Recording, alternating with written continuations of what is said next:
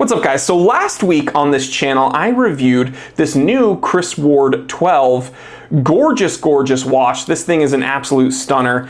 Integrated bracelet, angular bezel, skeletonized, showing off that movement, titanium, just really cool. And the number one complaint I got in that review was the price tag. So people loved the watch.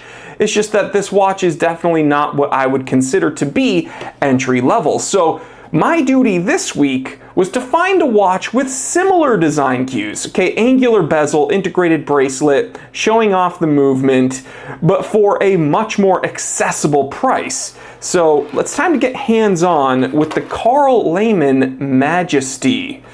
It is 1:31 p.m. Let's get down to business.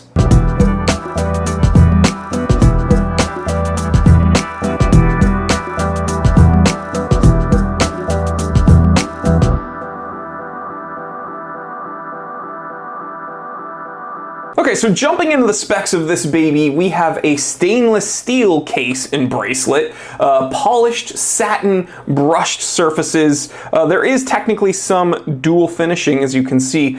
So, you know, here on the sides of the bezel, we see a nice mirrored polish, but then most of the flat surfaces are that kind of satin brushed look. Very nice, very tasteful, very deep sunburst blue dial. Really enjoy that. And then out down by the 6 o'clock, you can see it is showing off some of that movement there with that open heart. Very handsome watch, very sporty all around. And we can see the end links here. We're going to talk about that in a moment. This watch does have a sapphire crystal with anti-reflective coating, 40 millimeter case, 45.3 millimeter lug to lug, 9.8 millimeters thin. This is powered by a Miyota, actually a premium Miyota, so it's a 9029. So you are getting a like smooth 28,800 VPH sweep, although there is no second hand. You're just getting that open heart.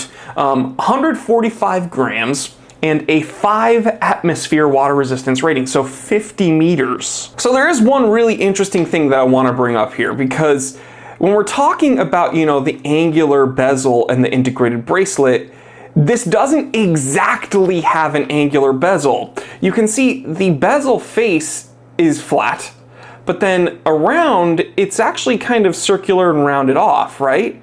But then the case, kind of on the lug face, does have an angular cut here and here.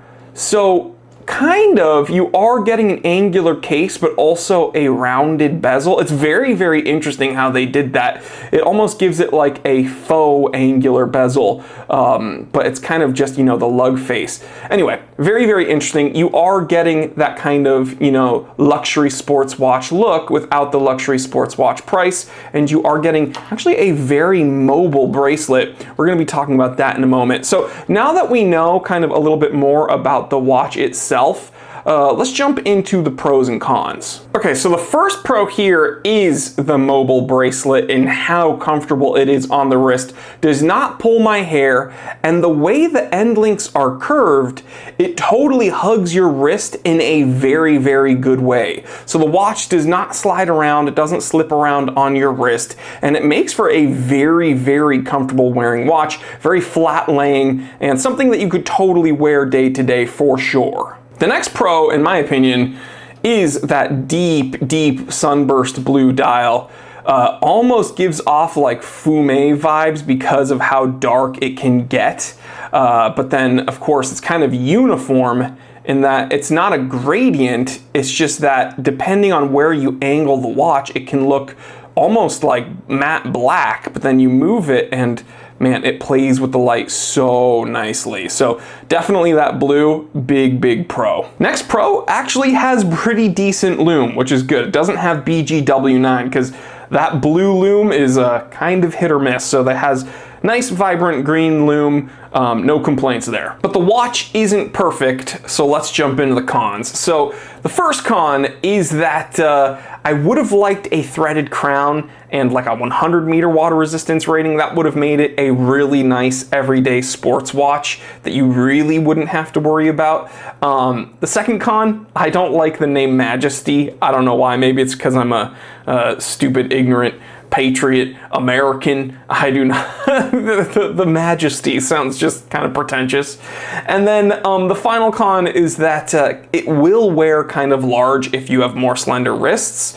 And the way the lugs are curved, it hugs my wrists very, very well. But if you do have more slender wrists, it probably won't wear as comfortably to you. So guys, hopefully after watching this review, you can see that there are options when it comes to finding various watches with specific design cues at a fairly wide range of prices. Like, you may have watched that Chris Ward review and you may have really liked certain particular design cues, like an angular kind of flat bezel and an integrated bracelet, but you might not really want to spend that heftier price tag, and that's perfectly fine. But if you take a little time and look around, you can find other options that have similar attributes that won't break the bank. And again, hopefully with this review, you can see that spending a little time turning over a couple stones, watching some reviews, and paying attention to the microbrand market might give you, you know, some more things to look at and potentially purchase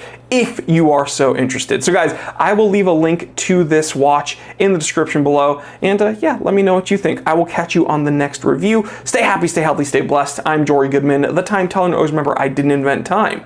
I just tell it.